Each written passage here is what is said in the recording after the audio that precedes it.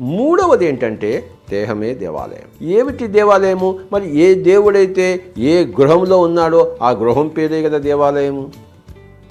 ఈ జీవుడే దేవుడు కదా, కనుక దేవుడు ఈ గృహంలో ఉన్నాడు కదా, ఇప్పుడు వసిస్తున్నాడు కదా, ఇక్కడ కదా ఈ స్థానము. కనుక ఈ నఖశిఖ పర్యంతమైన ఈ దేహం అన్నదే ఈ దేవుడికి, ఈ పరబ్రహ్మానికి, ఈ ఆత్మకు ఇది గుడి కనుక దేవాలయం. ఇది నివాసం కనుక దేవాలయం. కనుక ఆది శంకరాచార్యుల వారు చెప్పారు, దేహో దేవాలయో ప్రోక్త జీవో దేవో సనాతన. ఈ జీవుడే సనాతనమైన దేవుడు. ఈ దేహమే జీవుడికి దేవాలయము, దేవుడికి దేవాలయము. కనుక మన దేహాన్ని మనం ఒక దేవాలయంగా పరిగణించాలి కానీ ఇదేదో మలమూత్ర సముదాయము అని చాలా నీచంగా నికృష్టంగా దేహాన్ని కొంతమంది అనుకుంటారు. వాళ్ళు అసలు ఎందుకు పుట్టారు ఇక్కడికి? ఇదేదో పవిత్రమైనదని తెలుసుకున్నప్పుడే కదా ఇక్కడ పుట్టారు. దేహాన్ని కోరుకున్నారు. దేహాన్ని కోరుకోకుండా వాళ్ళు రాలేదు కదా. కనుక దేహం అత్యంత పవిత్రమైనది, దేవాలయమైనది. ప్రతిదీ పవిత్రమైనదే సృష్టిలో. ఈ దేహంలో కొన్ని కోట్ల అణులు, ఆ జీవకణాలు, ప్రతిదీ ఒక జీవుడే, ఆ ప్రతిదీ ఒక దేవుడే. కనుక దేన్నైనా తక్కువగా చూడడం అనేది అది అనాధ్యాత్మికత. ఈ దేహాన్ని తక్కువగా చూడడం అనేది, దాన్ని అల్పంగా చూడడం అనేది, మై డియర్ ఫ్రెండ్స్, అది ఆధ్యాత్మికత కాదు.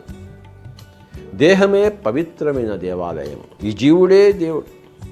నా పవిత్రతను నేను తెలుసుకోవడము, నా దేహం యొక్క పవిత్రతను నేను తెలుసుకోవడము, అనుభవించడం ద్వారా తెలుసుకోవడము, ఇదంతా వెరసి ఆధ్యాత్మికత. ఆధ్యాత్మికత అన్నది ఒక ప్రాక్టికల్ సైన్స్. థియరిటికల్ సైన్స్ అనుకుంటే అది వేదాంతము, ప్రాక్టికల్ సైన్స్ అనుకుంటే అది యోగం. కనుక ఆ వేదాంతం వరకు, థియరీ వరకు పరిమితమైతే ఆ మనిషి యొక్క ఆధ్యాత్మికత అనాహత చక్రంలో మటుకే ఉన్నవాడే. అభ్యాసంలో ఉన్నవాడంటే ఎగసి ఆజ్ఞాచక్రానికి వచ్చినవాడు. కనుక ఇక్కడ వేదాంతమూర్తి అయితే ఇక్కడ యోగమూర్తి. ఇక్కడ గ్రంథపరంగా పఠనపరంగా తెలుసుకున్నప్పుడు ఇక్కడ అభ్యాసపరంగా తెలుసుకుంటాడు. అహం బ్రహ్మాస్మి అంటాడు, నువ్వు కూడా అదే అంటాడు. తత్వమసి శ్వేతకేతో అయం ఆత్మా బ్రహ్మ అంటాడు. ఈ ఆత్మ పరబ్రహ్మం అంటాడు. మై డియర్ ఫ్రెండ్స్, ప్రజ్ఞానం బ్రహ్మ అంటాడు. ఏమిటయ్యా జ్ఞానం అంటే మనం తెలుసుకుందాము. అనుభవమే జ్ఞానం. అది 7వ జ్ఞాన నవరత్నము. మొట్టమొదటి నవరత్నం ఏంటంటే పిరమిడ్ జ్ఞాన నవరత్నాలలో ఈ పిరమిడ్ జ్ఞాన నవరత్న ఖచ్చిత మాలికలో మొట్టమొదటి రత్నము ఆత్మే పరబ్రహ్మము.